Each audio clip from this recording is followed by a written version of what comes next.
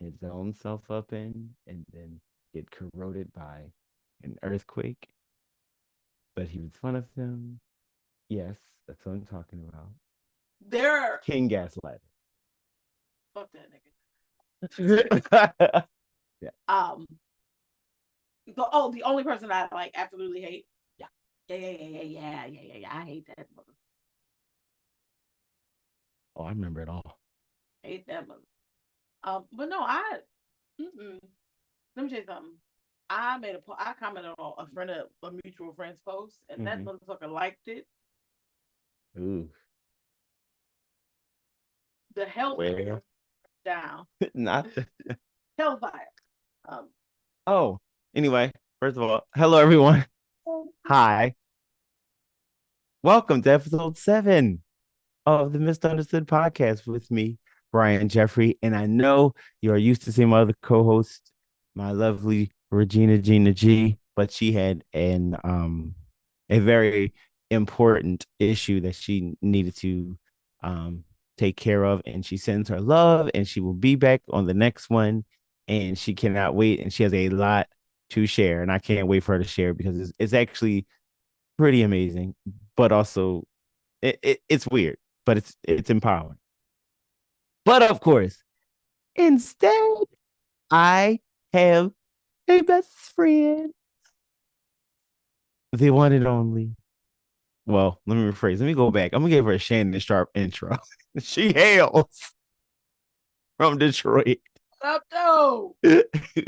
She is an alumnus of the Morgan State University, The national treasure. the national treasure, National. the national treasure.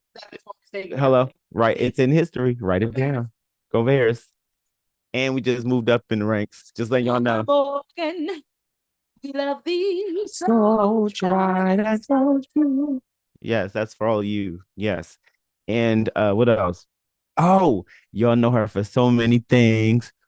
And I mean so many things. We've got classically, you know her. She's known abroad. You got uh you've got the theater world, of course. You've got the educational world, yes. You've got hmm. You've got the entrepreneurial world and the business world because you are making your rounds. Okay, I've been watching. I've been watching. By the way, this hat was made by her so many years ago when she first started out. I didn't want to say anything until I got on camera just to see your face. And it's still intact. It's still intact. I had the other one somewhere, the reversible one. Yep, but it's still intact. This, but you made it. This is what her first, like her first had when she first started doing. Literally, these were your first line of custom. It used to have the black ball on the top, and then you were like, you should take the black ball off, or you needed it for something. And then, yeah, that's what it was. You needed it, and then I was like, wait, I kind of just like it like this. Yeah. Yes. Yes. Yes. You did that. You did that on both heads. See, this one was gray, and then the other one's reversible head pom pom. You were like, I kind of don't want the pom pom on it anymore. I was like, okay, well, whatever. But yes, this hurts. But back to that theater. It's yeah, you did well with this. Like, I mean, through and through, did well with this hat. It was a really dope hat. Because I knew it when I didn't have the tag. I was like, there's no tag. I said, oh, this is the one she made. This is the Yeah, one I like she it. made. Yeah. But anyway, um, I know. Okay. But you were so focused. I mean, you're no, you're she's very focused now. But I mean, like, it was like, I gotta get this right because I haven't done this. Like she was, yeah. It was like that. I have literally have all of the crazy. And I'll go, who made but um anyway, also she is the area Effie White that everybody knows of. Dreamgirls. The last time was at Baltimore Center Stage via the Great Art Centric. Okay. Go see Black Nativity. It is an amazing. Oh, So good. Let me tell y'all something. Go see Black Nativity at Center Stage right now. They've been extended through December 29th. It is probably, if not, the best version of that show that I've ever seen. I'm biased. But that's, Oh, well, well, that's because I couldn't be in it this yeah. time. Well, That's the only okay. reason. Let me rephrase that. Before the original one, Because yes, I went last night for industry night because I'm in a show and yeah. it was the only time I could go. And I was like sitting in the third row and it was great, but I was kind of humming and annoying the people So was I. I singing was full on and in front singing. of me. And Didn't so care. after that, there were seats up in the balcony, and with a bunch of my singing friends. And so I went up in the balcony and scroted like I don't have It- HOC. oh, and I was right there in the To front row. I was like 3 rows in the front, and I was wailing. he was annoyed by me. And I yell at people when And they made it clear in the beginning that this is not the type they don't want it to be. They want you to join and sing with them. some the deep cuts. And so was I. And they were like, "How you know that song?" But wait, what? Oh, let me talk about Cedric though. But let me tell you. So afterwards, somebody was like, "I was." She's like, you were singing the whole thing." Everybody goes, "You my favorite one to watch." It says like he was the original, like he's the original. I was like, "Yo, this is nuts." Show me the way at work. Yeah, yeah, yeah. Because that was right before y'all before Ant did it. Child, I don't. Let's be real. I don't remember 5 minutes ago. It was before because it was Cedric Anthony Cedric. Yeah, Cedric Anthony Cedric, the boy Emmanuel. Then it was that boy Steven. There was yeah, no, the Black Nativities that more. I just remember, yeah, Anthony as an Anthony Brown. Catch that. But anyway, he passed. So y'all, we stop. Actually have a song that he didn't perform. I can't even remember it. Oh my god, I loved it. I think the last time that group therapy and Anthony performed it was at Melody's funeral. Oh, Oh my ooh. god. I know what you're talking about too. And he's done some amazing songs with that That's probably why he doesn't perform anymore. particular number. It's so beautiful. Yeah. So beautiful. Yeah. Yeah. Sad days. Okay. Let's move on because I don't like when people talk about me in that way. It's weird. But she's amazing. It makes Everyone knows her and she's great. But anyway, so and it kind of brings me to the topic of today, which we're in this little tidbit about learning about trauma in the different ways and how we think about them and adjust to them. And she's no stranger to trauma. And I mean that in the most positive way possible. Jeez. And that, ladies and gentlemen, is what the subtopic for today, the big one, and we're talking about the conversation that will be the surrounding thing is trauma's toxic ass. What I mean is toxic positivity, where you literally just wipe away the trauma and just or you're very just positive. So let's say, for instance, and we don't think about this, but this is after research and over the years and then therapists and doing more research to get prepared for this. Um, literally one of the examples that they give like across the board is when people like something happens and you go, "Oh, I feel you, but I mean it could be worse." That is the worst. And when I read it, I'm like, I hate when people say that. that. Right? It is insane. It's like, what do you mean? No, this is my worst right now. I don't want to hear it could be worse. Because what if my worst is death? Here, like that's experience getting a trauma. Mm-hmm. I have therapists like that initial talk through when they're writing stuff down. Yeah. I had a therapist literally pick up his legal notepad and go,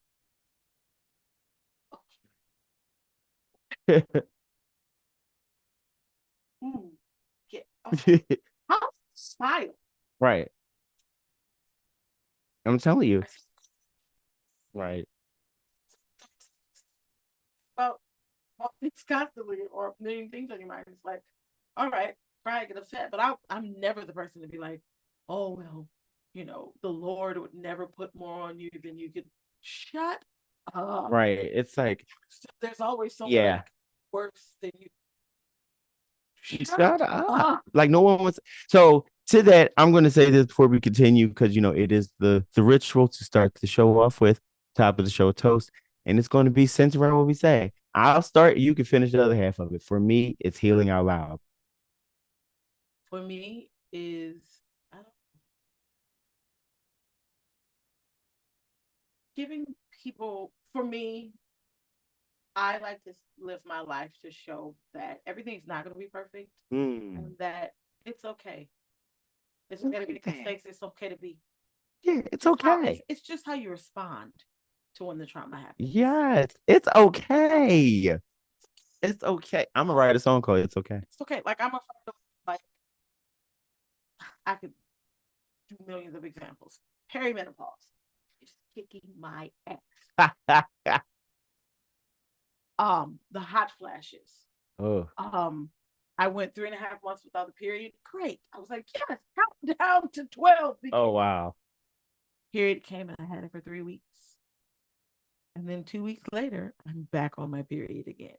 Mm. Health insurance denied me getting a Mirena for some reason. And also because I was having really bad cramps and really bad hot flashes. And so there's some drug that my doctor prescribed, my insurance company was like, fuck you. No. Yeah. So after a year of the first Mirena being denied and the other pill being denied, I was like, take Motrin. Motrin, I might as well take candy. Yeah. And I'm not taking any other opioids because I'll be itching. And like I look like an addict and nothing there. Yeah. Not no judgment on addicts whatsoever because it is a disease. Yeah. But the one time I had Percocets, itched from head to toe, and I was like, never give me that again. Oh yeah. When Yeah. I had McKinsey. Yeah. But I don't know why I lost my train of thought. No, you were talking about ADHD, ADHD, and me. you're essentially talking about, perimenopause and kicking your butt. Kicking my butt. And so after the period, and to the point where I felt like I was going to pass out from just standing up, I finally got approved Mm. for the Mirena. And then I had CVS called me Mm. to do an interview and ask me all these questions. An interview. Just the goddamn IUD. For them to say, okay, now we're going to send it to your doctor's office, but the mailing address is different than the location. And well, now we have to call him. Oh my God, he wrote the address that he wants the prescription to be signed. Right. But yeah, that's perimenopause. But the worst part is Mm. the itching. Yeah. Like randomly itching. Like one day it's my arm, the next day it's my leg, or it's my chest, or it's my head. I mean, hey, it could be worse. Fuck you. But you know what I'm saying? Like, do you see how that just deflates everything? Like, you could be on a high, let's say, like someone like you just died and you're not feeling angry, you just sad, you just want to cry. And then somebody will listen. At least you're here to tell the story. So grandfather, when he passed, he loved by the entire community. Yeah. By the time, at that age, the neighborhood had gone from him being the second black family in the neighborhood to it being and the little YNs, they loved my grandfather, respected my grandfather. My grandfather could go to the liquor store, and they would clear a path for him. Right. Other people, they would ignore him and stuff. And my dad would be like, you need to come do this. He's like, nah, I bought this is my house. I'm staying here. This, right. I'm here till I die. My wife died here. This is where I live. And when he passed away, I went because it's Detroit, liquor stores everywhere. Right. So I went to all the liquor stores to let where he played his numbers, where he picked his beer up, because they were all different. And everybody was devastated. Yeah. Like the young nigga standing outside, devastated that he was gone. Yeah. And I can remember the funeral home where we have most of our family funerals was too small. Right. So we had it at my cousin's church. And I remember um, telling my father that I didn't want to sing. And then I get the obituary Right. and my name is on there. So I was like, ooh, Cha. Right. of course I did. But so the pastor gets up there, you know, there's no reason you should be sad. You know, he lived to be 90 years old, blah, blah, blah. And so truthfully, I was pissed off of that. And I had multiple conversations. I'm mad at you, one person in the world, Right. that, you know. And when he said that, I was like, and this was right before I get up to sing. Right. I was like, you know, um, two things. I was like, I told my father I didn't want to sing. And so now that I'm frustrated that I'm singing because I didn't want to, you want to see an entire side of the congregation get upset? And I was like, watch them be uncomfortable. I was like, because when I am sad or upset, I make jokes. Mm-hmm. And I said, you know, came and I hung out with my friend Dana. And you know, I was like, well, Dad, can I drive your car? And he was like, no, you know, you just drive your grandfather's car. And I was like, you want me to drive the dead Right.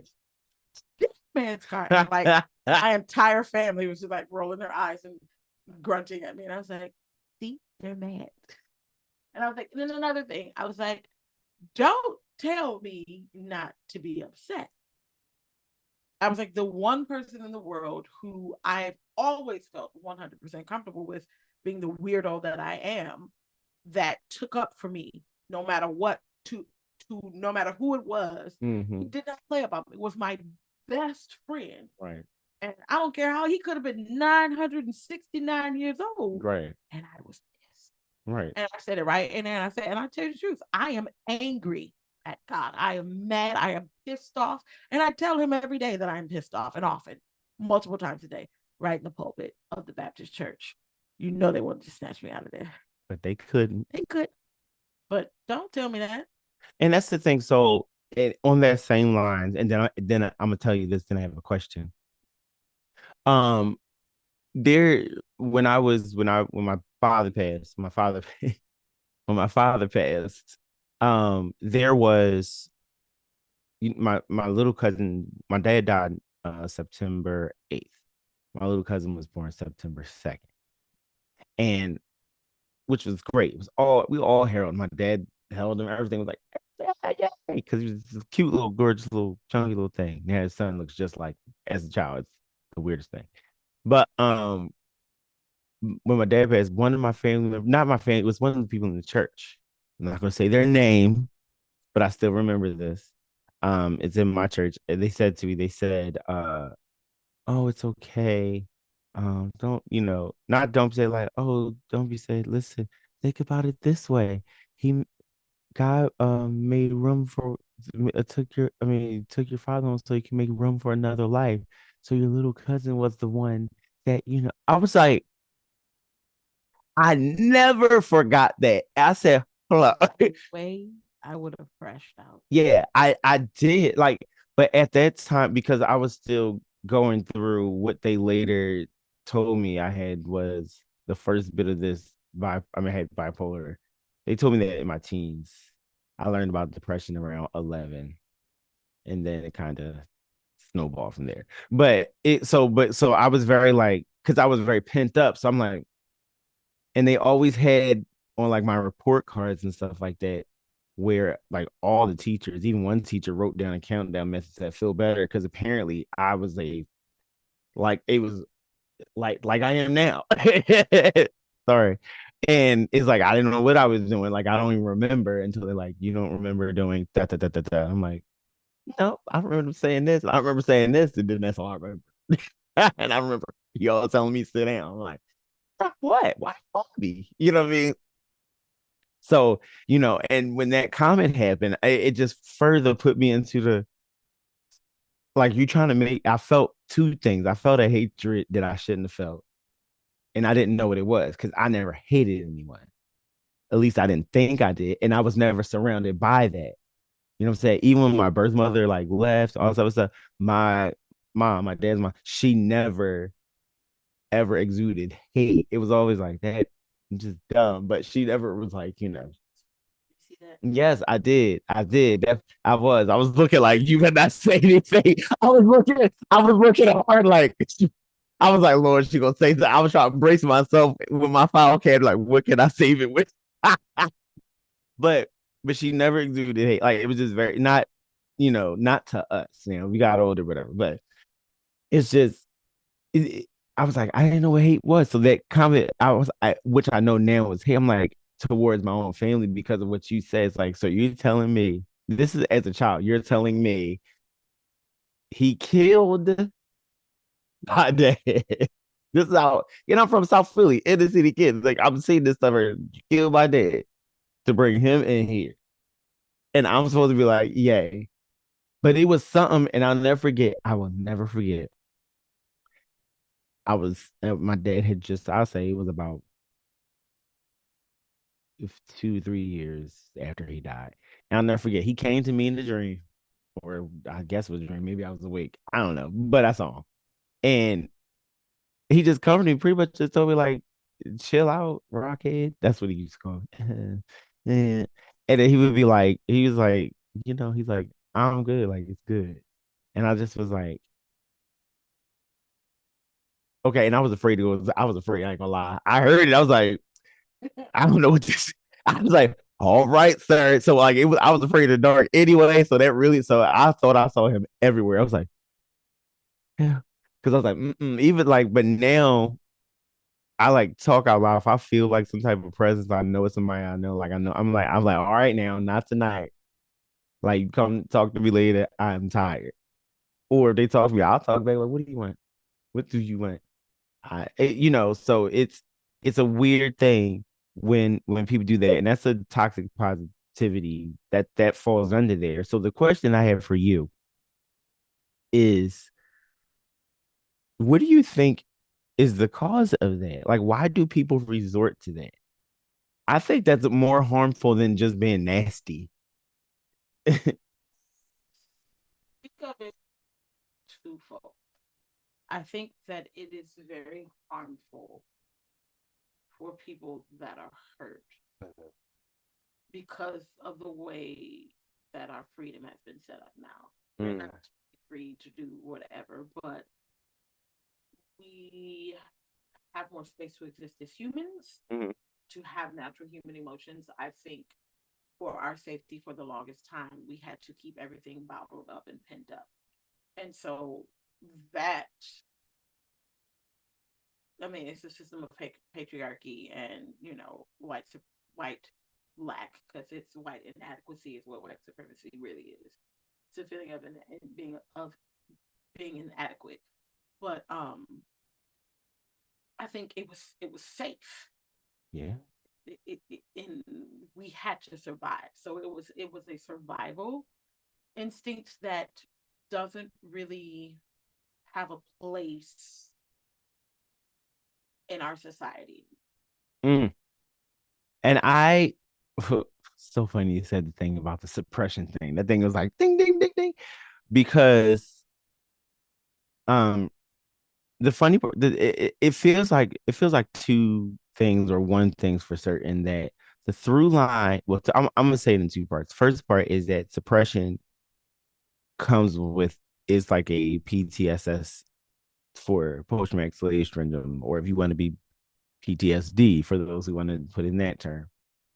It seems to be a through line because even when it comes down to laughing, when we as black people laugh literally out loud and we're like, oh, ha ha ha, oh, you so stupid, that is a trauma response because through in slavery times we were supposed to be like keep that on the DL. Black quietly, or Yeah. when we find something really funny, we don't make a sound. Yeah. Yeah. It's like,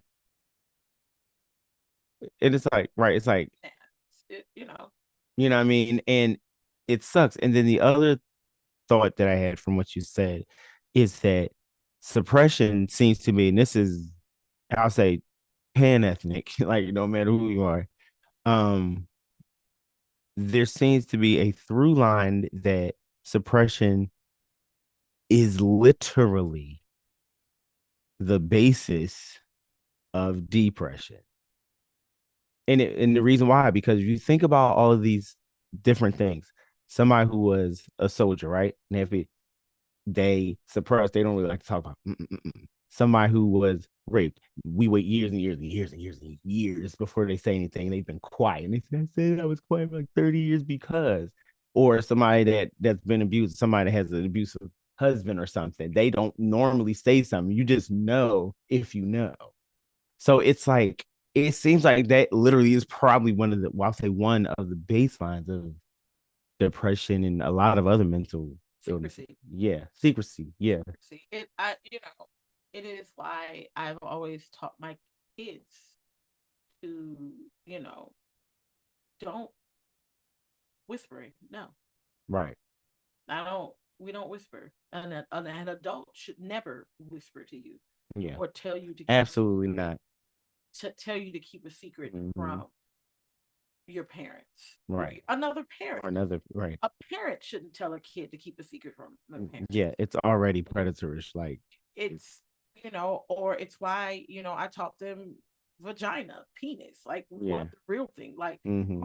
conversation, because a part of being able to terrorize and do all of these things to people, and why, molesters and things get away with things, because it's there's this cloud of secrecy Yeah, ignorance. and ignorance, and saying if you don't talk about these Mhm. things, it's hard to bring up. Yeah, and I think that's the,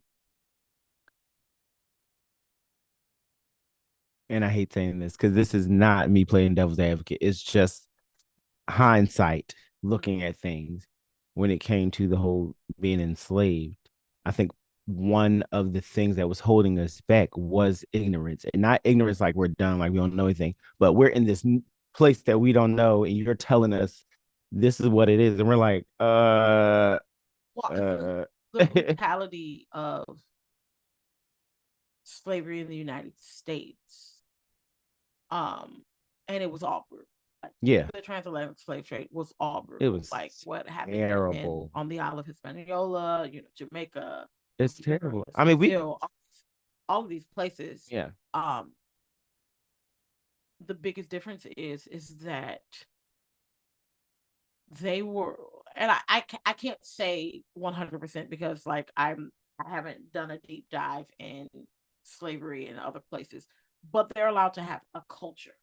yeah, Their culture yeah. has not, you have Jamaican culture, you have, Mm-hmm. St. Kitts, and you have all of these places that, though they've been mired by colonialism, and They have a culture. they were allowed to exist, Mm-hmm.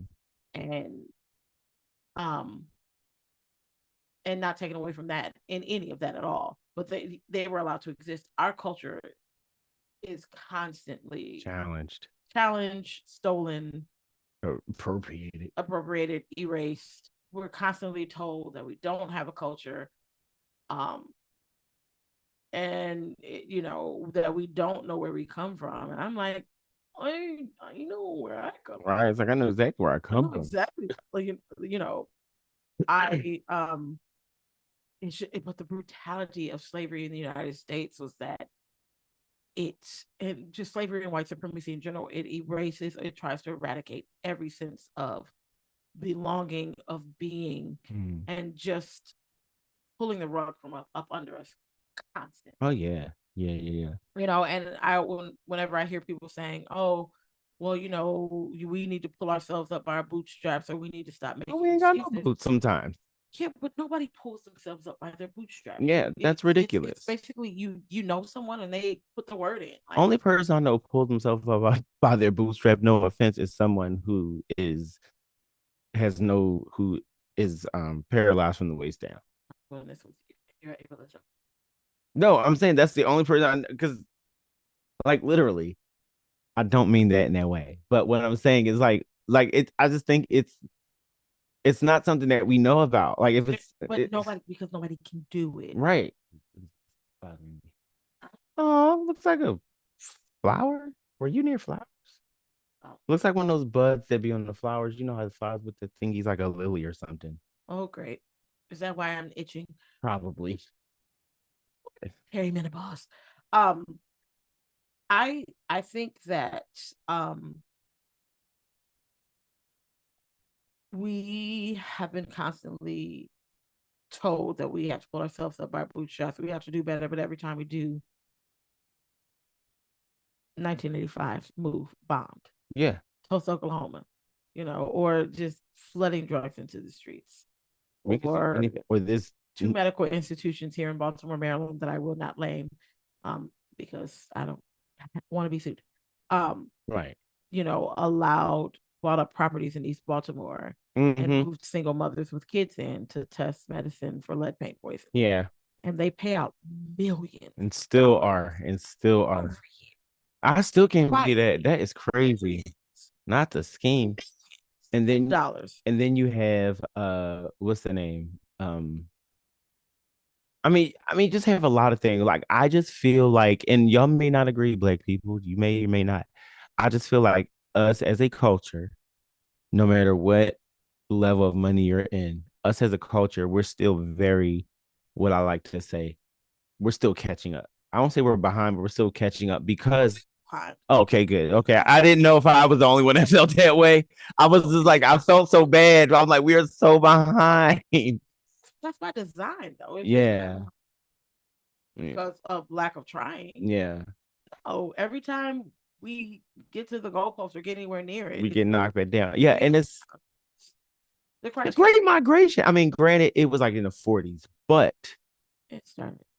I know, but I meant like in the part, there was some part up here during the 40s that happened in somewhere. Oh, yeah. My grandparents left the South in the 20s. Oh, yeah. Mine was 30s. Mine was doing it. Was the 20s. It was that whole period of it. But I mean, it's not that long ago in a sense of we still had a grandmother that was living in that. You know what I mean? That's why half her sisters and brothers moved up north, like somewhere in Philly, somewhere like New York, like we all or North Jersey, like everybody was moving up. And I was like, well, why did they all do that? And I for years, I was like, what was that? Until my mom actually, because she heard me her educated so-called degrees, and then one of her certifications was in African American studies. Found that out on a whim. I was like, excuse me. So mad. And a reading specialist. She's my favorite. Yeah. She's everyone's favorite because she I love her. Her mouth is crazy. And I mean with knowledge. Great. Well, hood too. She's a lot of hood, actually. She's my favorite. I'll tell you one of my favorite stories about her in a minute, but I was thinking this first. But she like was just letting me know, like, yeah, well, that's what happens. Like, and she was talking about Great Migration. And I found out about real stuff. And she was the one that told me about real African American history. She was like, stuff you see in the books. And she's the one. I'll never forget. I was at Gant by this time. So I was about fifth or sixth grade. Because I went there from fifth to 12th. But she told me it's early on, so fifth or sixth grade. She said, so let me show you something. She pulled out this. I had my world history book and an American history book. I had both of them, and was looking through it. She went, and she's like, "You see this? You see this?" And she showed me the years on two different books, two different eras or decades of printing, everything. Same amount of years, same amount of time, pretty much virtually the same amount of information, same stuff. Right. She said, "You notice they only cover about a good 200 years, maybe a little more than that, you know." And then she showed me, oh, she's like, that's because, and she showed me everything pretty much leading up, everything. And I'm like, I mean, not like everything be there for years trying, right. But the big, I'm like, what? Like even the first, even though he wasn't technically considered a president because it had not been whatever president of the Continental Congress. Yeah, the black man, like the first technical black president of the U.S. Like it's very interesting. I said, are you? I was like, bro. I grew up light skinned in a very. I was the brightest one there was. And that's how she was. Well, there are two ways that, light skinned people are either really obnoxious and there's a reason why people hate you because you're a dick or you're an asshole. Or blackity black. There's never an in between. There's never an in between. I fall in the black category. You are very black. Make me be challenge myself. I'll be like, am I? I got to make sure. But it also happened because my father who is also Can't say it. I want to say. I'll kick you, who's brighter than me. But don't he will disagree with me till the day he dies. Till one of us dies. Really? Oh yeah, he thinks he's dark. We oh Big so Dennis and funny story. So as you know, like people like we tease each other. Like there was a time when my dad was younger, he looks like a Sicilian. Like he does. And I call him white man all the time. Or my favorite, I would call him an octoroon. And so he would get upset and he'd be like, I'm not an octoroon. And so we would go back and forth. yeah, the fight that was on your hand. We tease each other because we know what it's like to be When I see her, I always say, "Who that white lady?" um and so after doing a little ancestry DNA, like my mother's father, who passed away when she was really young. And she had just connected to him right before he passed away, and that's a story for another day. Oh, Gladys. But apparently he was biracial, and so I go, Dad, I owe you an apology. Oh, Now I don't know, like there's some of the things that I saw like on Ancestry, and I was like, so like I've never actually seen a picture of him, but I've seen a picture of his mother and his grandmother. I've also seen like his draft card from like oh, nice. 19, like he was born in 1907. I'm apparently Spanish and Filipino. I mean, as Oh, well as Nigerian and Cam, Ghanaian baby, Ghanaian. Ghanaian baby. Because Ghanaian and Guyanese people. Child. Oh, Oh, God. I always got to get that. Of course, there's Jamaicans. There was Native American. Like everything that I was told that I was, or and some that I didn't, clearly Filipino and Spain, Basque to be exact. interesting. I need David Gregory to help me with that. My grandmother, my mother's mother, um, said to be indigenous, and like I have Chilean ancestry. Yeah, it's very I'm strange. like, wow, Chile? Yeah, and I'm saying, wow, that's why I like Basque. Like But David Gregory, if you're listening, because sometimes I know you be watching. I miss you so much. And Kurt, Both of you. My favorite. I need to know with this Basquiat um Spanish ancestry I have. Help me. I don't know what side it comes from. It's not clear as to what side, but I I am Benin from Benin, oh, me too. I have that too. which is Nigeria. I hate it when you make that face. I know. It's weird. Asheo. um, Nigeria. Sorry. and Cameroon and Mali. You sound like you from child. What if The it turned Southern out that Bantu tribes. me too? No, I promise you, me too. Bantu. Like at one point, there was like some Polish ancestry. No, I don't have no Polish. Um, I got Irish, Scottish, and Irish. Those Brits. I know I have a lot of Irish ancestry. well, I do know one of my great grandfathers was white like I know where the white people are. So it's I can understand. trace my ancestry back to the 15th century, the white, the Mm, the deplorable side. yeah. That I it's think like I want to a do duke, a, 23 and me. a lord and duke of like Dublin, Oh, nice. and um and like they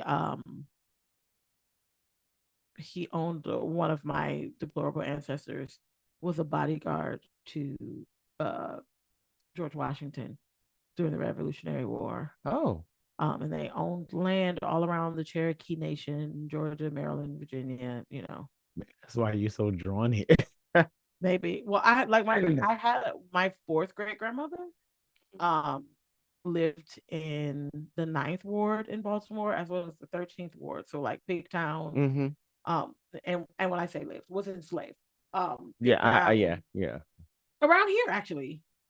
Well, this was one of the This was I am living in one of the most racist neighborhoods yes. in that. No, she lived in this neighborhood That's at one insane. point in time. What if this was the house that she? Oh well. I wouldn't know how to feel about that. I also had a fourth. Her. She was listed as um. I had another grandmother that was listed as the wife, and then in parentheses his slave. That pissed me off. on Ancestry, but I had my fifth grade grandfather. 23andMe. No, don't do 23andMe because she has some questions. The CEO has some questionable ethics about selling your behavior. I kind of wish I didn't do Ancestry. Why? Because I don't want people to have my DNA information like that. Because people are horrible. But you can also use to your advantage. Because if I find out, I actually almost got, I just didn't do the last step. Well, like the interview part, but they did some stuff. And back when I was applying it to, or not applying, I was still at Morgan, but trying to get some more money. And I had got all the way through this Native American thing. And only the last, something happened to, oh, it was choir thing. I couldn't make it. Oh. And you know how that goes. But I am so grateful for that because it has taught me to be a resilient singer and to never not know everybody else's part because I'm glad I did. Oh. I knew everybody's part by default. Same. Did you know I came to Morgan pretty much, not pretty much. I was off book about 4 to 5 of the major masses, like off book, like talked about. And then That's wonderful. Eric Crown, he was like this. He said, "How did you know?" I said, "Well, I'm my school in Philly, Gap. We're college prep, so we're a blue ribbon. So it's like, Oh, well, we don't." I remember my first concert at the Morgan State University with the Morgan State University Choir. I don't remember where we were, but I remember it was a major concert and it was Brahms' Requiem. Oh, that And they to put you to sleep, as an 18-year-old, especially that one section I where don't even remember any of it. It was a terror. And then going to the the next, sleepy mass. I can't. And then the next concert, his little medley of spirituals that we did beforehand. Like I knew the words. What Brahms? No, the spirituals. Steal Oh, away and all steal that. away. Yeah. Yes, No. yeah. And having, being familiar with the songs because singing in choir, in high school and stuff. But it was just like doing whole concerts and like you better know it. So, you know, it took 2 times Yeah. and we stole all the music and we learned everything. Mm-hmm. So that he could, and he would like to call us up. Can I get my Detroit Five to stand up, sing this part? Or he would be like, you stand, sing it. So I don't like to be embarrassed. Me either. That's why I was always ready because I ain't got time for this. You're not gonna play me. But speaking of the theater scene and the music scene and the stuff like that, noticed that toxic positivity runs so rampant in the theater scene that it is in live performance period. It just runs through like it is a plague. They are some of the nastiest, nicest people I've ever seen. That's why when the ones of us that are just forward in your face about what it is, if we don't like you, we don't like you. And if we do, we do. There's no in between. We get a lot of backlash because it's jarring for them because we're living in truth off stage and doing our job on stage.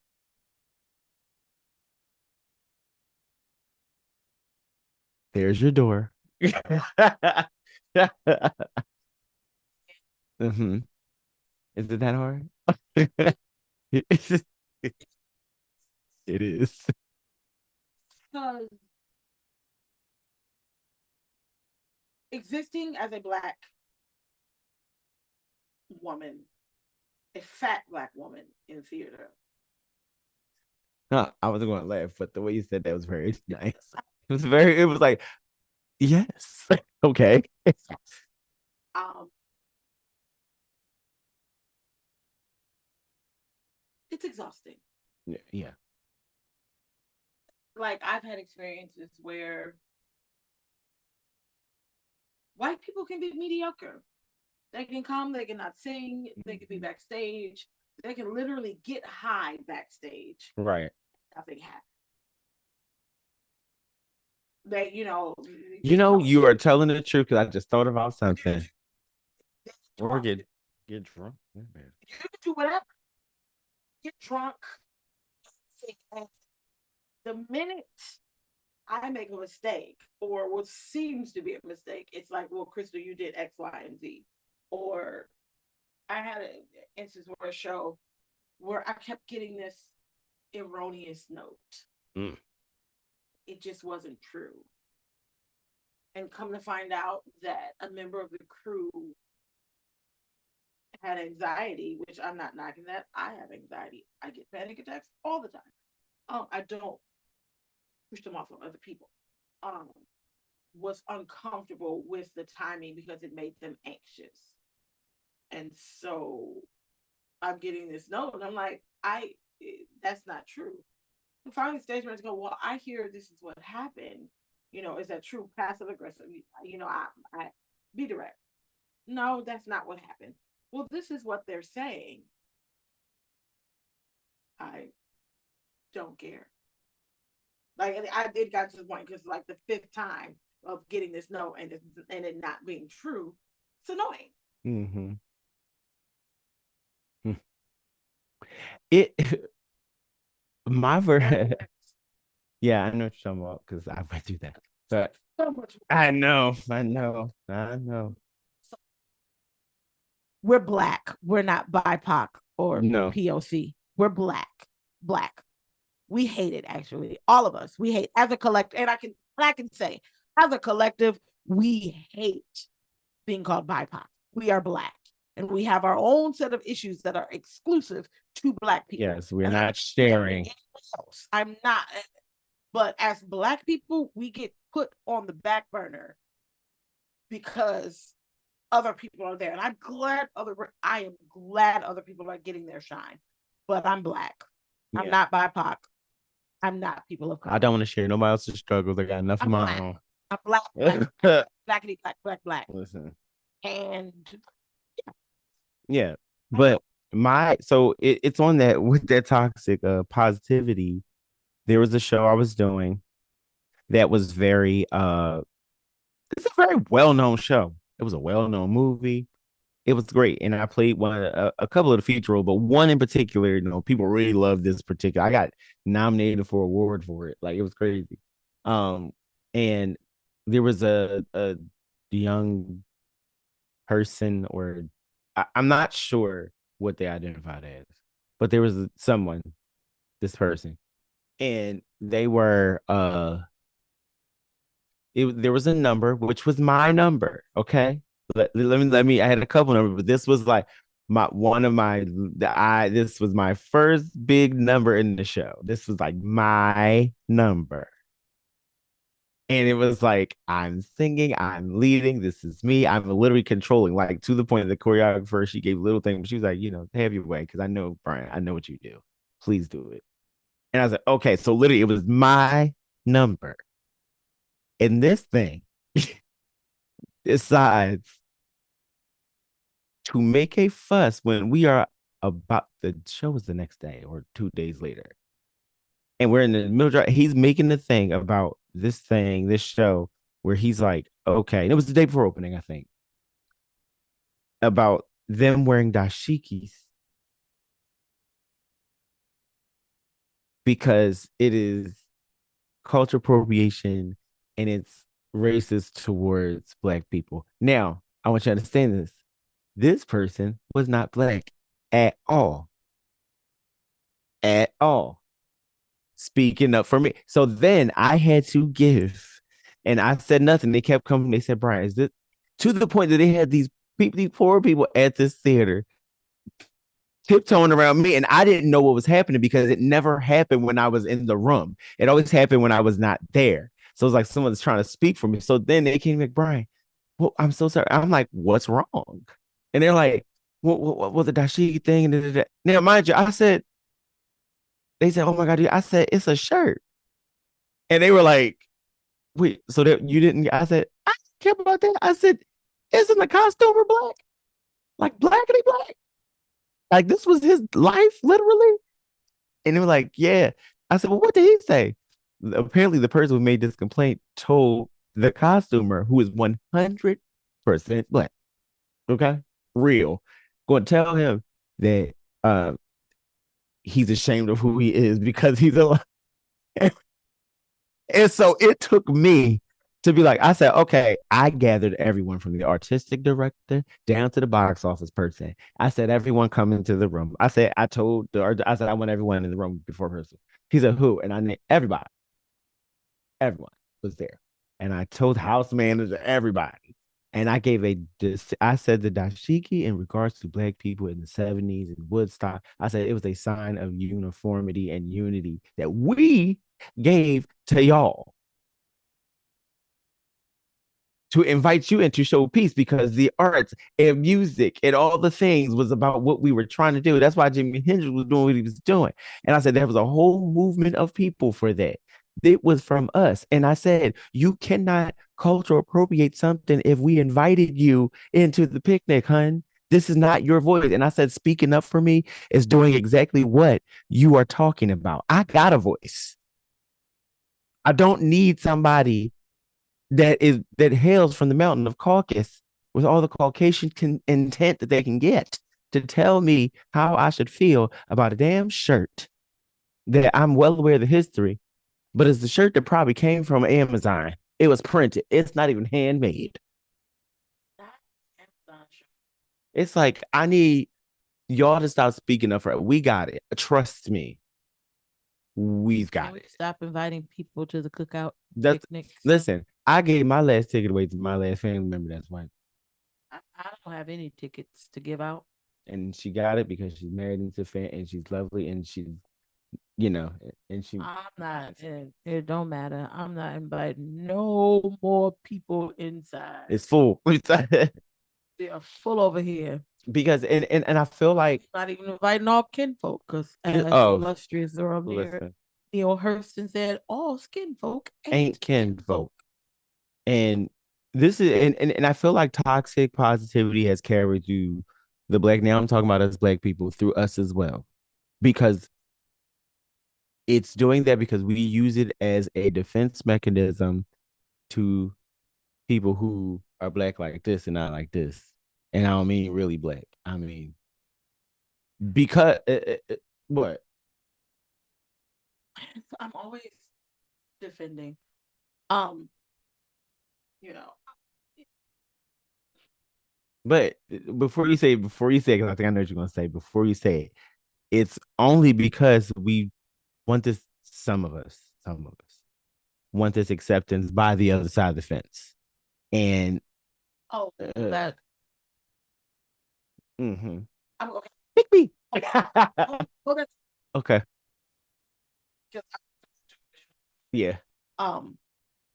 I just with the whole because we bought hook, line, and sinker into Christianity of the oppressor that it was used to justify our treatment. Right. So we now use it to justify maintaining power and control over people. Right. Again, there was a time and a place for it because it meant life or death. Now the stakes are different. I'm not saying that they're less than, they're just different. Right. And so there's no place for that. And it is time for us to evolve from that thinking. Mm-hmm. Because it's harmful. And dangerous. It's harmful. Harmful and dangerous. It's very harmful and dangerous. But again, what did I tell you to put a pen in? The pen was about the defense to pretty much the pick me syndrome that we have that what breeds this toxic positivity where we're like, yes, Chad, it's okay, Mickey. Okay, it's the wanting to be a part. The pervasiveness of white supremacy and the patriarchy is that it makes you. It's like, ooh, we have all of this. We're amazing, and it draws people in. I want to have all of these things. So oftentimes you find that people don't want equity or equality. They want to do the same stupid shit that waspy men do. Oh, preach, yeah. So, and as far as black people going, there's nothing that we can do to make a racist wasp or a racist white person or a racist anyone do to like us. They don't like us. Right. They don't like the educated us. They don't like the bougie us. They don't like the ghetto us. They don't like the middle class us. They don't like us. Mm-hmm. There's nothing that we could do. The people that you deem ratchet we're uneducated. They look at us all the same. We're just niggas, and there's nothing that we can do. And I I, I with my ADHD, I've never understood, caring about what people think, and I know that I should. My problem is I don't have a respecter of like everybody's the same to me. I don't care what position. I'm not,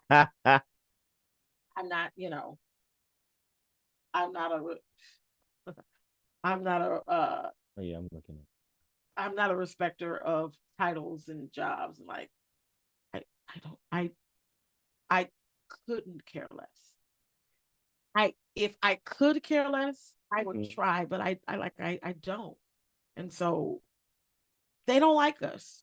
No, they They don't. don't. They don't. And there's nothing that we can do to make them like us. They definitely don't. Fuck them. And my thing is that I went through so, and you can attest to this. Need my church scarf. They would put me out of the Baptist church. Oh Lord, not now, child. You can't tell the difference in the Baptist church now, child, or any church for that matter. Splits and giraffes cooch. But I will say this: I have realized that I can recognize the pick me syndrome because I felt myself subconsciously going through that for a while in the theater scene because I was so desperately trying to get out of being stereotypically cast. And she could tell you, I was working hard, okay, trying not to be stereotypical. I was like, you will not only see me as that. And it took a minute, but it wasn't until I was maybe it was Sincerely Men. Yes, it was Sincerely Men. Rest in peace, Tavon. Yes, rest in peace, Tavon. Hey, see, you are child, you are missed. Okay. Tasty cake. Sorry, I just derailed this conversation. I'm not like that. I call him Tasty. I know why, because I hated that nickname. I never called him that. Yes, I know. Don't get punched on your own podcast. See how violent it is? Jeez. I'm not abused. No, but no, see, that's a shame. How you lose count to the point you got a amnesia. I have been on the receiving end of those juggernauts. You not deserve it though. That's not the point. What I said, the point was is that trust me, he deserved it. I did. I was crazy. I was crazy. But nonetheless, but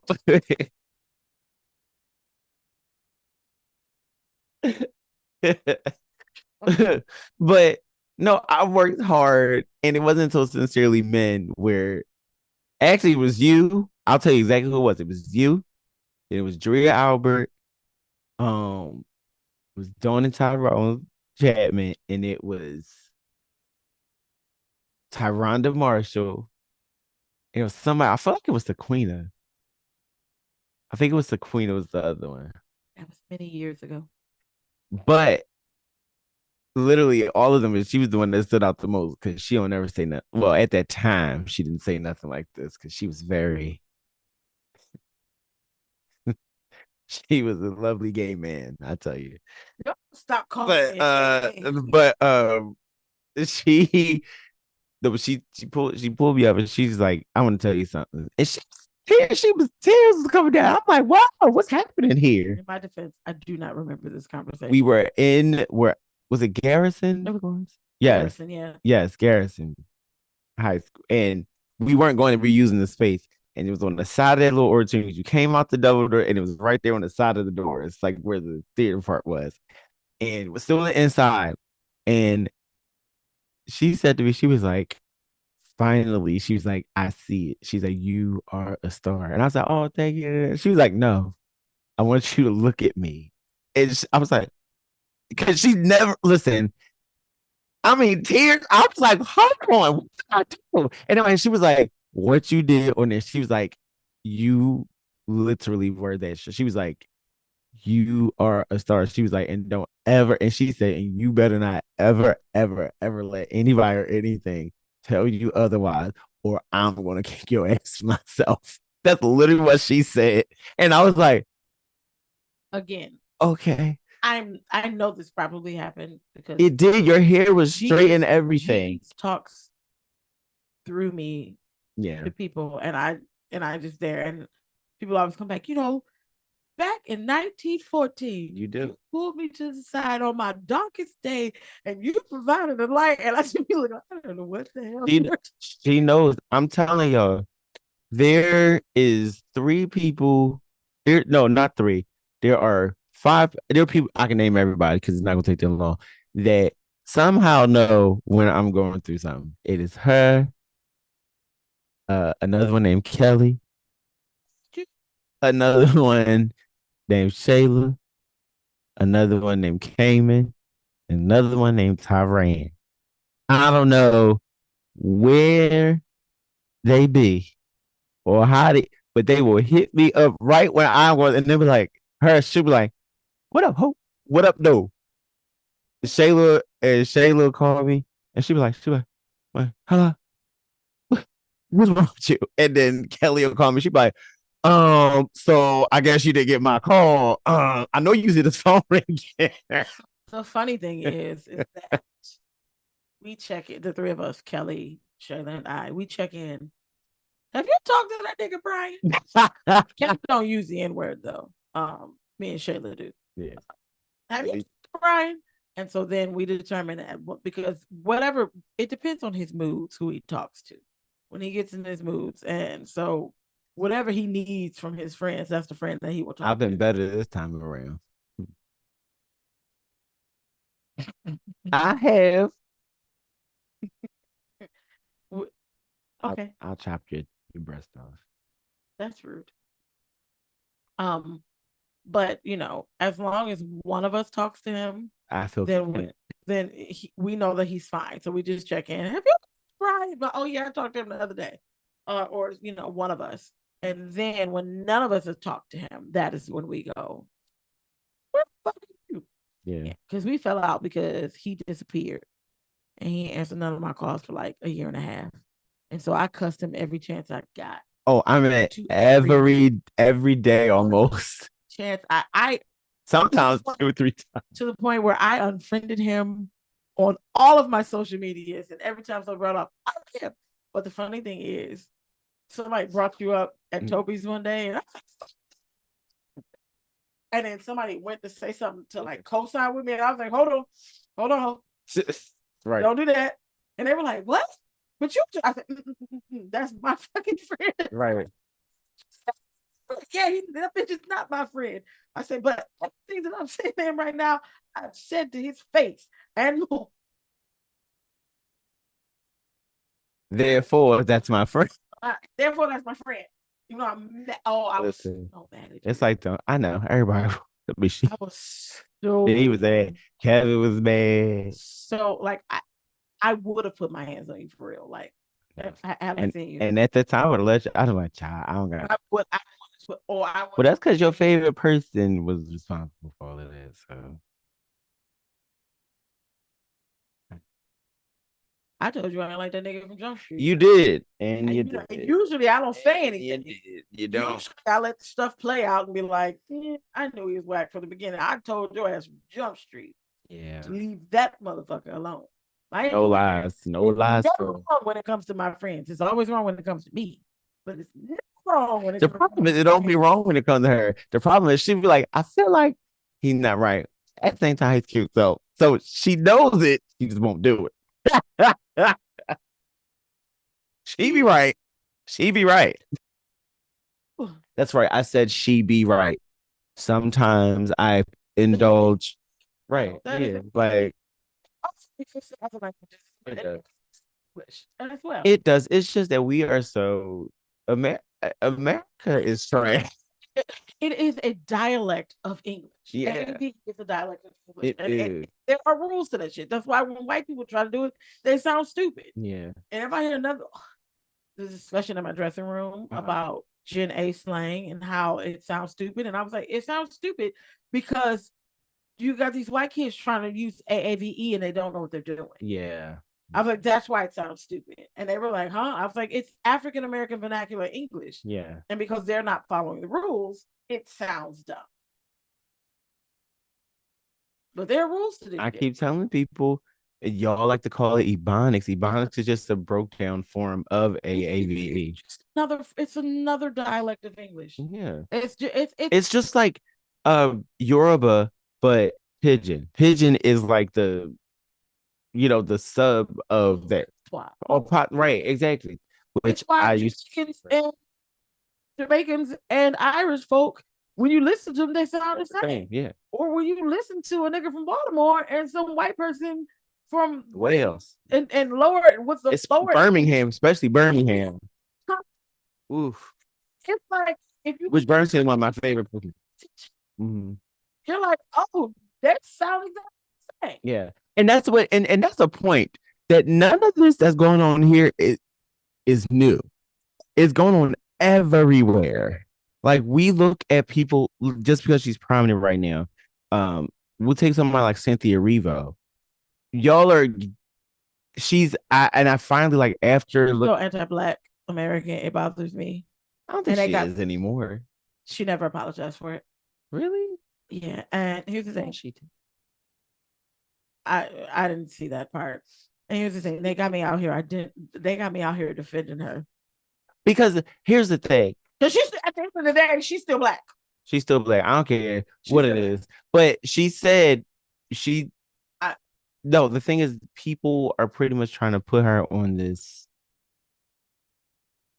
upward, like this trail of like, you have to be up here. And she's like, but I'm not up here. I'm like from right here. Like she was talking about, she was like, my mom and my sister are in this part of England. Like they're like, yeah, but he went like this. She was like, they're right here. Like, yeah, but she was still talking, calling us ghetto and stuff. And that bothers me. But that's the whole anti-black American thing. Yeah. But again, the way people are out here, folks had me out here like defending her like she was my sister. And that bothered me. Because at the end of the day, they don't care about if you from England. No, they don't. If you they own kinfolk. Sometimes like I found my ancestors that I'm, unfortunately related to. Yeah. And they still own like one of the plantations and stuff. I want to send them a letter. You owe me $9,857,000. I found the ones that own my people. $2.97. Write my check now, motherfucker. Right. I want my money. Because I'm a sue and win. I'll sue and win. Well, maybe not next year. You don't think so? No, because deplorable number one is never mind. Anyway, so we're going to trauma, black trauma. That poor white man. I know. He created that sound and for black people, and we just took it and ran with it. Black people. It's not what he meant. He's mortified by it just a little bit. Yeah. And it's like, oh. But we never take anything serious. No, we don't. We are the most unserious people ever. And I will say that actually is not people like, well, isn't that toxic positivity? No, because we laughed after the fact. And now we laugh. I laughed during. Yeah, I'm saying it is. Yeah. It's just a cope. Yeah, I agree. Like, for instance, before, if someone passed that was very close to me or something, I would not be able to live on the Oh, I didn't realize people commented. Oh, they did? Oh, wow. No. But go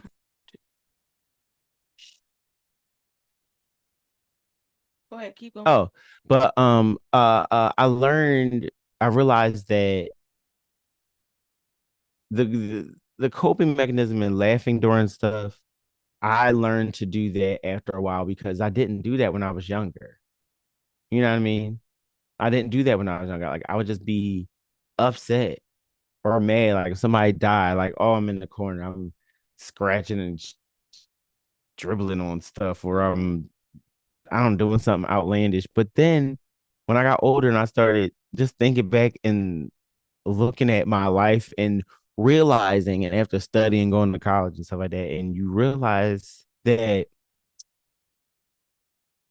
comedy literally is trauma based. And high key, I love it. I love it because it's helping me deal and actually therapize some things. I am funniest when I'm angry. Same. Oh, you are. I am like all you can just laugh at You me are a kid. I'm going off. I mean, tickles. Okay. Like I called Kevin and I was going off about something and I was like, what? And like I could hear Cedric giggling in the background and Kevin's like suppressing a laugh. Mm-hmm. And then he was like, bitch, kid. He was like, I know you're angry right now. He was like, but you are hilarious. Don't be upset with me. I was like, no, because I'm pretty sure that if you played a recording of this conversation later, that the shit would be funny. Yeah. No, it's definitely funny. Like I laugh at most I laugh at when she's going through stuff. I'll be like, I mean, unless it's something having to do with children, I'm laughing because at the end of the day, I know she's gonna be fine, and I'm just cracking up. But and then that one. yeah, oh my god. Did you call that one particular person? Oh, child. That lady. How's that lady? Oh yeah, child. I giggle every time. Because I giggle every time. this is certain people that just make my taint just Ew. want to feel like I got fungus. I ain't never had it, but if I had it, that's what it felt like. Wow. Yeah. Ugh. Like, you know how sometimes people get that. It's okay. It's No. okay. Oh. It's okay. It's really okay. My favorite trauma. Okay. I laugh at everything. I feel like some people told me that I should do a stand-up show. And I was like, I don't think I'm funny. They were like, Brian, literally everything you say is a joke. I'm like, no, it is not. But stand-up is a different kind of thing. That's what I'm saying. That means you gotta look at me like, and you gotta care about what I'm saying. I gotta care about what I was. Yeah, it's there is a performance value in that. Yeah. And I would never be successful at that. And I don't like you're just not like I don't know. Right. I don't know. Stand up as being funny. Me either. Right. Because I was like, I don't, and it wouldn't be because you would know unless I just tell the stories in a performance value, which I could because there is a couple in my head now I'm talking to you about. I'm like, well, actually, if I told that one, that probably would go like, for instance, sorry, Brandon, I forgive you. I mean, hopefully you forgive me because I don't care. So we were about I'm afraid of where this is going. we were about 6, 7. Out, not we, because he's a year younger. I was about 6, 7, 8. Oh, your fine ass brother. Yes, him. Anyway, Oh, so we were we were really young and we had to get in the tub, and he always liked to play jokes. He's still a practical joker, like, but so am I, so it's fine. But at that time, I was a little tight wound. Like I didn't think that was funny, and so we were in the tub together, and he just kept doing booty bubbles, you know, farted. And I was like, can you not do the booty bubbles in the tub? Like, kind of gross. Like, stop.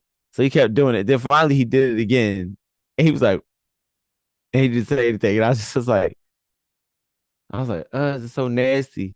So then all of a sudden, and I'm sitting there playing with my toys. And my toy, I had this toy, one of the extras dunked in the water. And as it dunked in the water, something else pop up, and you see this thing floating in the water just turns brown. I was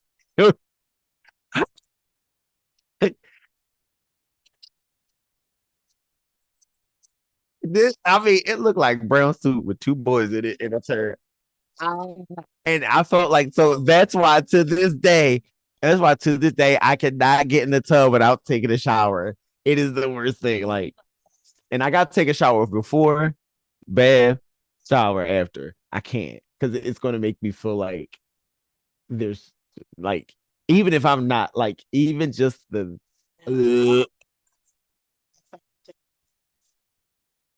because I thought of just sitting in dirt just grosses me out. And again, I take showers. yeah. Oh, I know. I would Yes. get in the bathtub. Yeah. And I'd still be like, Yeah. It's just thank you. yeah. It's weird. It's very weird and it's not. So I'm gonna play a little game with you really quick. Yeah, I'm gonna play a little game with you. And it's still based around trauma, but it's around the toxic positivity trauma. So it's kind of like word association sense, but you have to respond in a toxic positivity way, in a toxic positive way. It's hard. I know it's easy. We know lots of them. You know, But you're in a show with full of them, so you got it. So let's see. Of what? I'm waiting. Oh, I thought I said something. You Um, did, but I'm just waiting. oh, so you have to respond. So I'll give you where you have to respond to toxic positive. Well, you can either use a word or a short phrase. Okay. Okay. It has to be if the short phrase means one sentence, not two, one sentence. But if you have to use two, fine. Okay. You won't get what you get. Okay. Let's see. First word is smile. You can't think. You got to go right away. Oh, Now I got to do it again. Smile. you look too pretty to be frowning. I want to slap you just now. I, What's that mean? No, oh, that was so toxic. Ew. Ooh, don't ever say that to me, y'all. Uh, uh, let's see.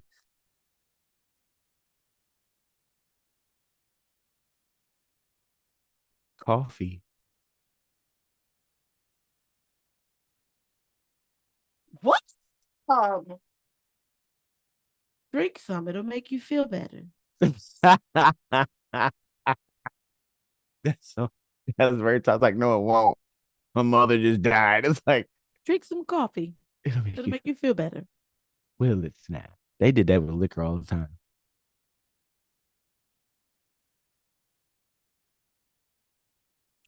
Your turn.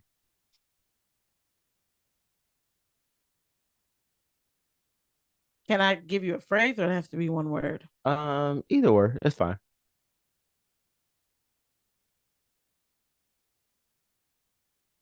You got hit by a car. Hey, oh, sorry that happened. Well, at least you survived. Church hurt. Mm. I'm sorry. But Too far. no, it's okay. Okay, sure, sure. Okay, cat. All right. Um, I know that he stepped out on you, but you don't divorce. You are a woman of God. You made that commitment before God. Look past it. Look, love him for who he is. Baby. Okay. Okay. Okay. Okay. Okay. Let's see. You got another one? Be racist. They just made an observation. I ain't got no toxic positivity for that because that is like that's where you grab that hoe by the back of the neck and just drag from here until you just felt like the sentence was not ever said. All right, let me give you a word. Let's see. Ooh, Lord, this made me think about somebody that said that. Jesus, Lord above. Okay, let's see. Um, child.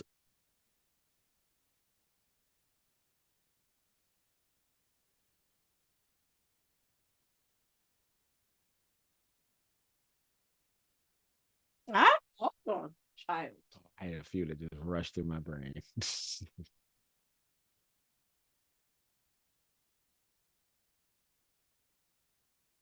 It's okay. I don't have any. Like, You don't have any? no. Oh, I got a few. How about this one? Oh my gosh, she was so cute for a little black girl. Oh. It's like she'd be like, oh, that's very good for you, Speak so well. girl. What? I don't, you know, Mackenzie especially, my kids, yeah, hmm early. Um, I can remember being in Target in Pikesville, hmm going on Ricestown Road, in 695. And she had to be 12, 13 months. Oh wow. I was at a rack. She was like right here, but you couldn't really see me. And so she said, Mommy, what you doing? I was like, I'm looking at clothes. She's like, Oh, really? What you looking at? And so this lady comes up. She was like, at first she didn't see me initially. And then she's like, Wait, is she got a conversation?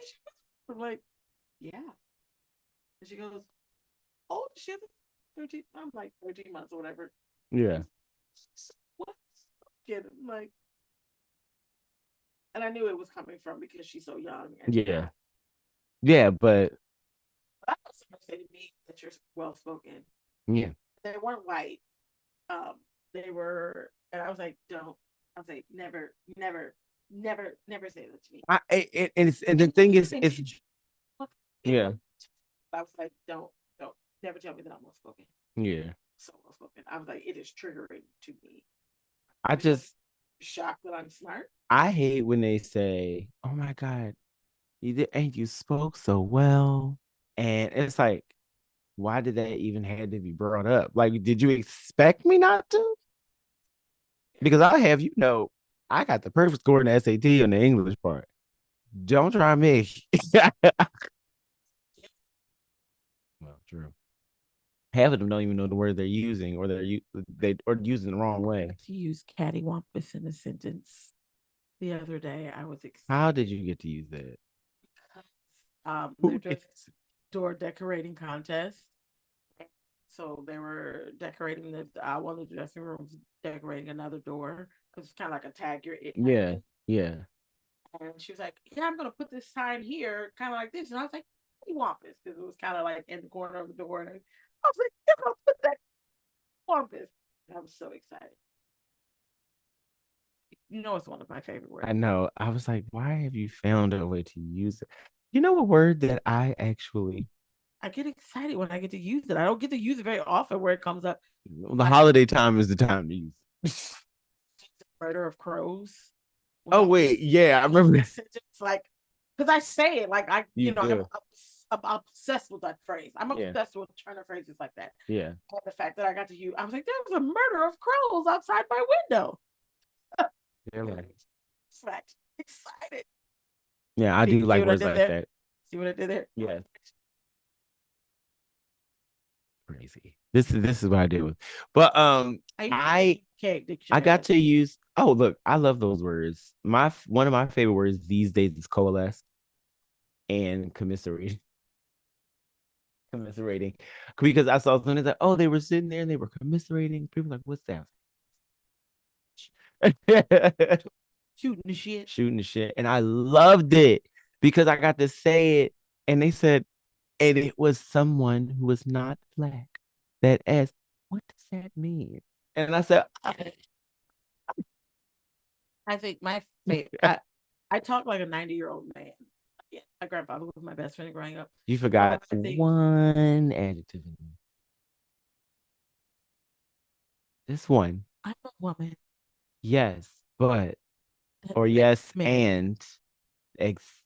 I am Well, not a gay man. speak for her. Look, yes, she is. My friends are the worst.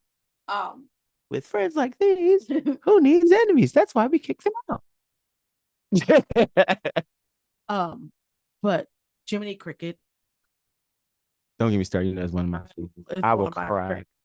I literally Me and my, Jiminy. I love me and my brother love when sorry, I have white best friends, so they know that this is true. I love when they get upset because they always go, Jesus Christ, Christ on a cracker. Christ on a cracker is my favorite. Christ on a cracker. Justin say when he gets angry.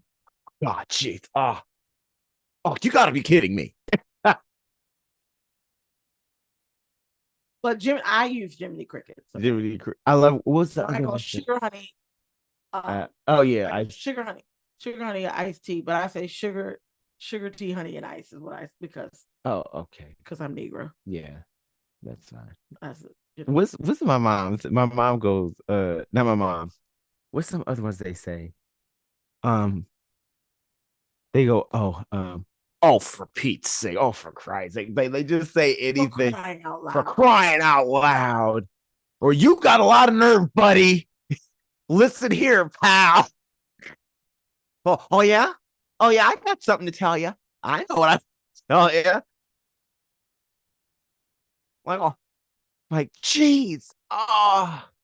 Gee Willikers. Gee Willikers. Like, you got a lot of heads are going to roll. Heads are going to roll. I'm going to call my lawyer. Hello. I want a cheesesteak. Oh, from that place? Yep, that was so random and fat of me. Listen, I put her on to one of my favorite spots of cheesesteaks at home in Philly, and because she was like, I had them from the touristy spots because that's where people took me.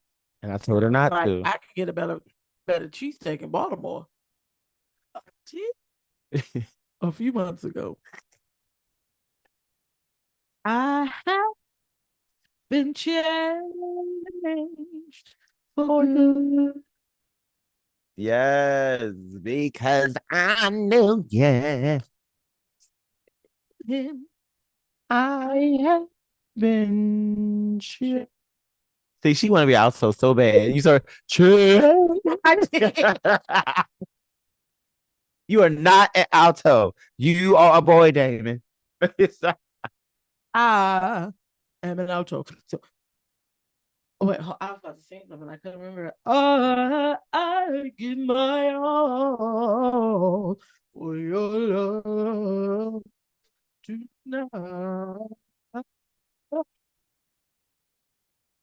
Give my all. You heard? Oh, how you go? Impressive. But she can only do it one day a week. Fuck you. And maybe for 30 seconds. 7:30 at night. Singing low today, okay, at my audition. And it was a great audition. Doesn't mean that they'll hire me, but it was an amazing audition. I got a chest and it was beautiful. Thank you for coming in. So I'll tell you who don't have sing it. I'll tell you who don't have no low register. That Kelly Blackwell.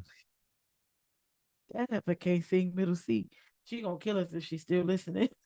Kelly got one of the best and highest voices. These two can just sing high just because they think about it. I'll play you a video later. Because they going for every single one. She tries. She does. I will give it to this one. The effort is there. She's like, I'm gonna have these low chests. And then she's like, oh, and then she's like, while her voice is like, well, man, just keep going. And it just keeps getting bigger and higher. And she's just like, then she'll finish. She'll go, okay. I'm like, or Kelly, she's another one. Kelly, her voice is stupid high. Any of them. No, it's one in particular that I never, it's not Rocksteady. It is Rocksteady. Oh, yeah. She just sings it like, I have to work. Oh, yeah. Technique down. Yeah. I'm like breathing. And I'm like, and that happens to be like, that's what I'm trying to do. Right. What? And no, it literally, and just goes. And we'd be like working.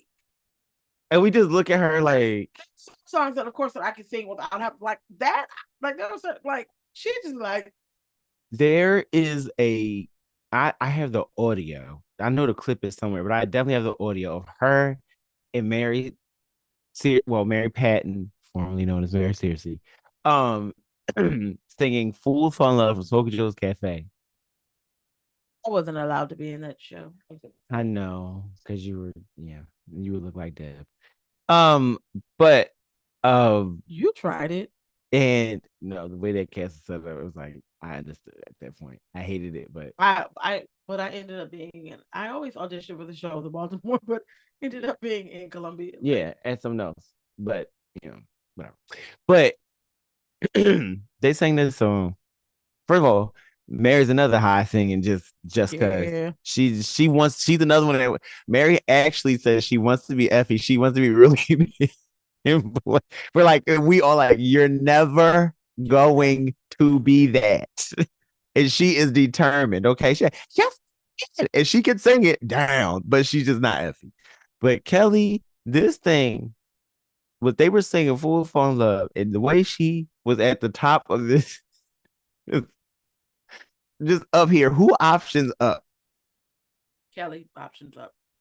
She's like, I'm not feeling well. Like, that's not feeling well. Kelly is one of the most solid singers because let me tell you, she went through years of literally not because she had something going on, but she was not able to breathe correctly for years. And she was out here booking tours and lead roles. All Kelly don't even know what the ensemble is. She'll be like, "Oh, I've never done that. I don't know what that is." And it's humble because she's literally never really been it because she's just that person. Like this one should never be in the ensemble. They put her there, but that's only when they can find her somewhere to be. I But it's still not even ensemble. It's I'm featured ensemble. always. Featured ensemble. He's never really. I know that because I don't dance. You don't, but that voice does. But that voice does. To, but like, yeah. It's also like it was always funny, like being in shows and being in ensemble and being like, and audience members coming up to you and be like, "Why weren't you the lead?" And I go, "Oh, I just work here. listen, I just work here. I want some crabs." Okay. Someone asked me to why wasn't I a lead? And it was a show like South Pacific. And well, I don't think that would have been. Oh, I know what it was. It was Hairspray. And someone's like, I don't understand why they don't just cast you as Link Larkin and like kind of twist. I said Negro Day and Checker Day. That wouldn't I unless they found a way Nope. to add another character. Or the narrative is Tracy likes a black man. I don't. Unpopular opinion. I hate Hairspray. I'm never going to say that out loud, but it's true. Oh, did I just do it? I said unpopular opinion. I because Negro Day bothers me. Yeah. It's like a constant reminder of what America is. I don't need a constant reminder. I live it. I'm black. You know what other show I don't like? What? Memphis. And I get it. And what's your reasoning? Everybody want to be black On a Saturday night.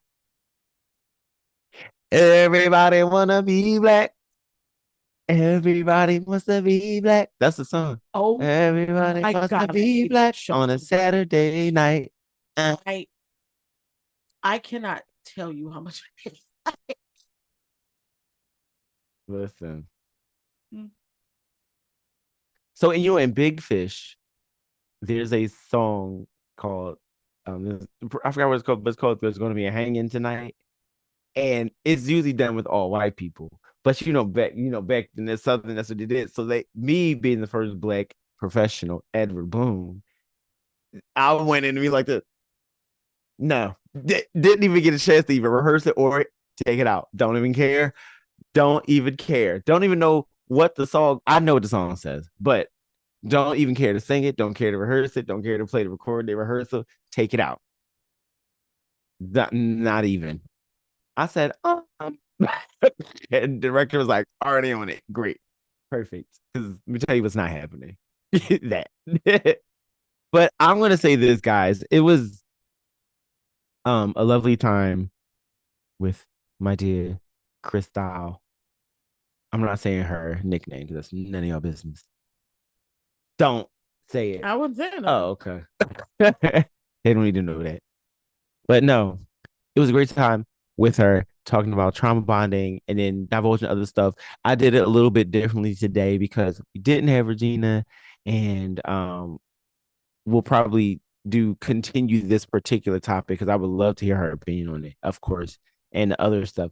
But I want to do it a little different so you get to see Crystal a little bit more, because you will see her more as because she is one of my best friends, one of the ones that's always there. Duh. Yeah. And I get random text messages. You should come to my house. literally that's how it works. And That's why I'm here. and she's always, she's always ready. She's a wealth of knowledge and information. And it's somebody that if you don't know her, you should get to know her. Also, no, it's okay. Via online, not no, in person. not in person because I don't really, people are weird. Yeah. I like 7 people. But get to know her. And if you are business minded and have information, yes, shop her website, which is www.inspiringcrystal.bigcartel.com. So follow hopefully, me on Instagram, inspiringcrystal.llc. yes, inspiringcrystal.llc. If I knew how to put it up here on this here thing, let me see if I know how to do that. I make t-shirts, custom t-shirts. I knit things. I sew things.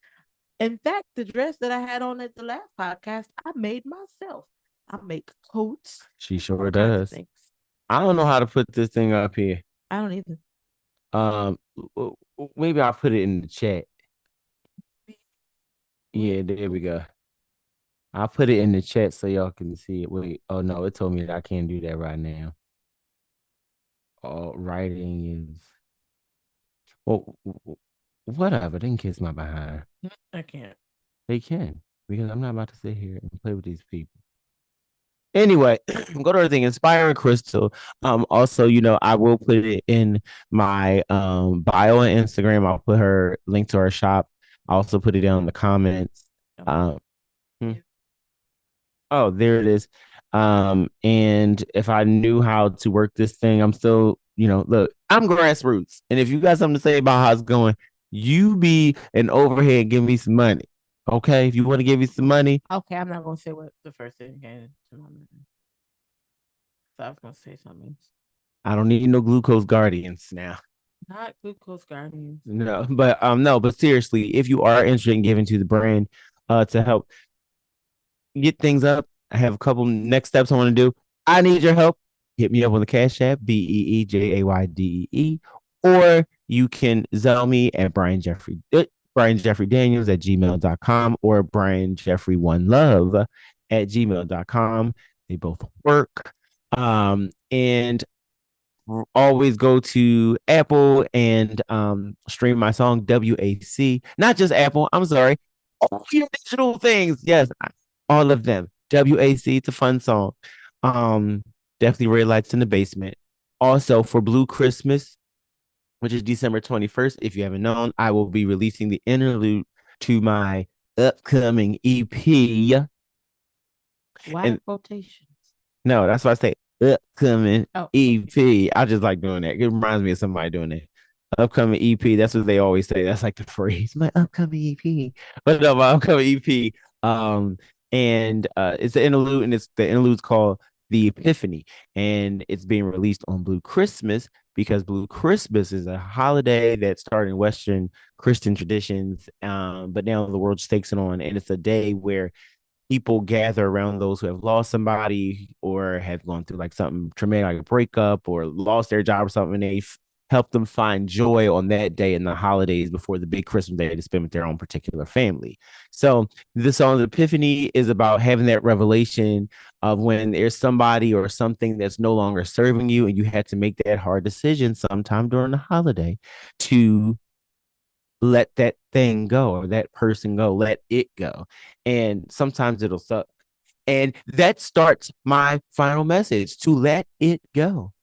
And yes, in the honor of Frozen and to defy gravity. The reason why I'm saying let it go is because sometimes we hold on to things and we suppress things, and we let that suppression turn into all these other mental illnesses, and that breeds the trauma. And as I said in the first episode about the trauma series, which I think it was 3 or 4 or something like that, that the trauma can turn to a personality. So we start turning into these people and these things that we necessarily probably don't really like. I.e., what we're talking about today, toxic positivity. Bless you, or cough you, whatever. I don't know. But we all but we all know those people who are just super toxic, is super toxic positive, and just always deflate our moment to just feel what we're feeling. And I'm encouraging everyone to feel what you feel. It's okay to not be okay. It is okay to be a mess sometimes. Everybody's not on top all the time. I'm a mess all the time. Listen, but you got to remember this. I'm not being toxic positive, but this is the encouragement in that. Be okay with being a mess, but always know that you can actually overcome that, however that means for you. Oh. And that's the truth. Um, so yeah, just keep doing that. Keep loving and living out loud and being honestly you. Don't hide yourself from nobody.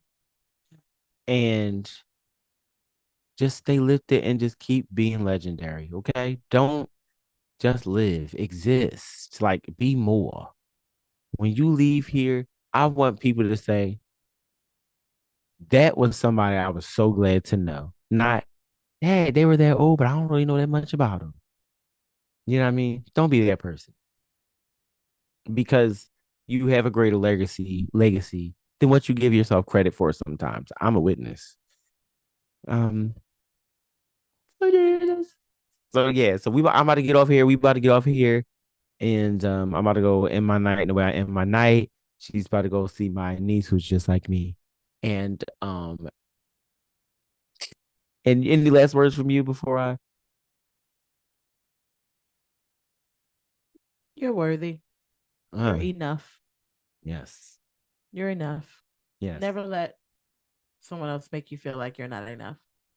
You're enough. Didn't I tell you? She was saying anything that hit me right here. I was like, she talking to me because it felt like it. But because I'm the one telling myself that I'm not sometimes. But more than you. Oh, don't get me started now. I'll run around this room. Hey, Shonda. But yes, guys, thank you all for tuning in again. And we'll be back this week with another episode. And our lovely Regina will be back. And you may see this lovely face there as well, if she's not being a star at Olney Theater right now in Frozen. 3 weeks left. Play bolder. And that's right. And Fixer upper. she is a fixer upper. And don't forget to go to www.artcentric.org. That's artscentric.org, and get your tickets for Black Nativity, which is running now through December 29. Yes. And you have a multitude of singers in there. You have from The Voice, and also Jennifer Hudson. You have Davon Fleming. You have that, I mean, he is amazing. You have another known recording artist of DMV's own Jade Madden. You have Anaya Kirsten. You have our fellow airman and actually known singer. He got some notches and credits on his belt. Came in Carica. Uh-huh. You have Baltimore's own Justin Burley. You have this star. I tell him all the time, oh, isn't he? Goodness. Justin literally is a show. I loved him in Scottsboro Boys. I Yeah. thought he was Yeah. But it was just a joy. And baby, he got caught up in the spirit. He had to leave the stage yesterday. But yeah, because if you knew Justin's story, child, my God, today. But Justin Barely, Malshana Ham. Let me tell you that Malshana is another one. That's a sleeper voice right there. Like you don't know until she sings. Oh yeah. Like you don't know that she's going to like, and then she opens her mouth. You're like, what is that? Everybody. Then the other girl, I think her name's Kayla or something like that. She, the one that sings the Tremaine Hawkins song. Baby, her voice. That's little Tremaine. Patrick Daly was there yesterday. Yeah. And he walks up to me and I was like, oh my God, you made my night. And so we sat by each other in the balcony. Yeah. And baby, we were like, that technique, one voice. One to the bottom. Thank you. I literally told Kevin. The voice teacher at Tennessee State. Yeah. And I said the same. We were like, baby, that's one. That was me. I said, I mean, from in the switch from the head to the chest, it was from the head, the chest to the mix. One voice. One voice, one sound. I said, let me just borrow your voice for 5 minutes. I'll be good. She could easily walk into any room and get anything. She has the look. She has the voice. She sang out. And she can act. I was like, oh, okay. Like, baby girl got it. So, sis, do that. That voice. I walked to her after the show and I just did this. Yeah, literally. But everybody was selected. Even the one that didn't, the one that played the angel as well. She didn't really say, like, she said stuff like later on, but she was just more, yeah. It was to the point I was like, I need her back on stage. But she looked like this woman back here. It hurts. Well, you can see it on the screen right there.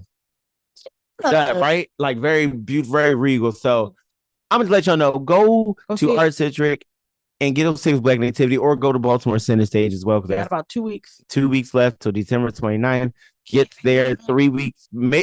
Cedric D. Lyles is composed. Amazing. I mean, I'm just blessed to be one of the originals to be able to sing it. Yeah. And this one, like, and to hear it revamped. And some he just kept. I was like, whoa, this still sounds like. Yeah. And No Good Shepherd. Oh my God. No good. Yeah. Go see it December 29th. Come see me in Frozen through January 5th at Olney Theater. At Olney Theater. And yeah, tickets still available. Yes, and stream my music on Apple Music and all the other stuff. And look out for my interlude coming December 21st. The website inspiringcrystal.bigcartel.com. So go, or if you don't feel like remembering that, go to bigcartel.com and type in Inspiring Crystal, and you will find her. Follow me on Instagram, inspiringcrystal.llc. That's right, because she is official and she's licensed. She does all the good stuff and she makes a lot of stuff. She made this hat. I do custom orders that she still can't believe she made. I believe it now. Like I believe. I mean, now she sees it, but. And I remember making that hat. I actually want to find that pattern again because I want to make another hat like that. Yeah. For myself. I think it's, Did you even have a pattern when you made it? You probably Yes, I did. You had to have. California knit pattern. I have the paper somewhere. Yeah. All I know is just the knit hat. But I love y'all. Thank y'all. See y'all later this week on the next episode. Remember, stay up, be legendary, and peace. And how do I end this thing? Oh, not the screen reaction.